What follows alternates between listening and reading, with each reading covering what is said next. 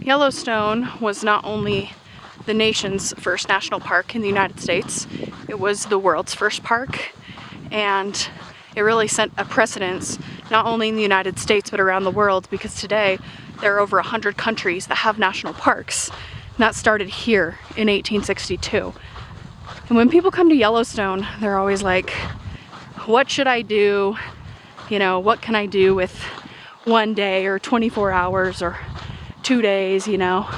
Everyone's trying to hit the highlight reel, and I get it, especially if it might be your only trip here. But really, Yellowstone is about the why, you know, why this place matters. Not just because of the ecology, but the history of the environmental movement.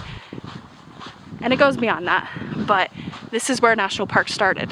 And really, Yellowstone is just this embodiment of how wilderness and wild space is part of the story of what it means to be American, and especially to be from the West. You know, this is part of our cultural identity and our heritage, is to have access to wild space like this. So really, the stories of our national parks don't give us answers, or I don't think they should, but they lead us to more questions.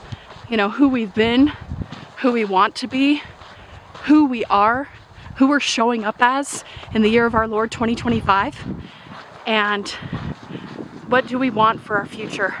Because when things are scary, the economy, the culture, the world, wars, you know, when things are scary,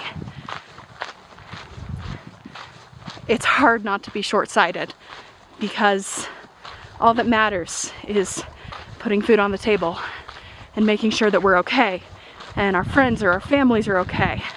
And for so many people in 2025, that is not a given. So I just want to acknowledge that, like, these are big picture ideas that you don't get to have if you're in survival mode. But if you are anything above survival mode,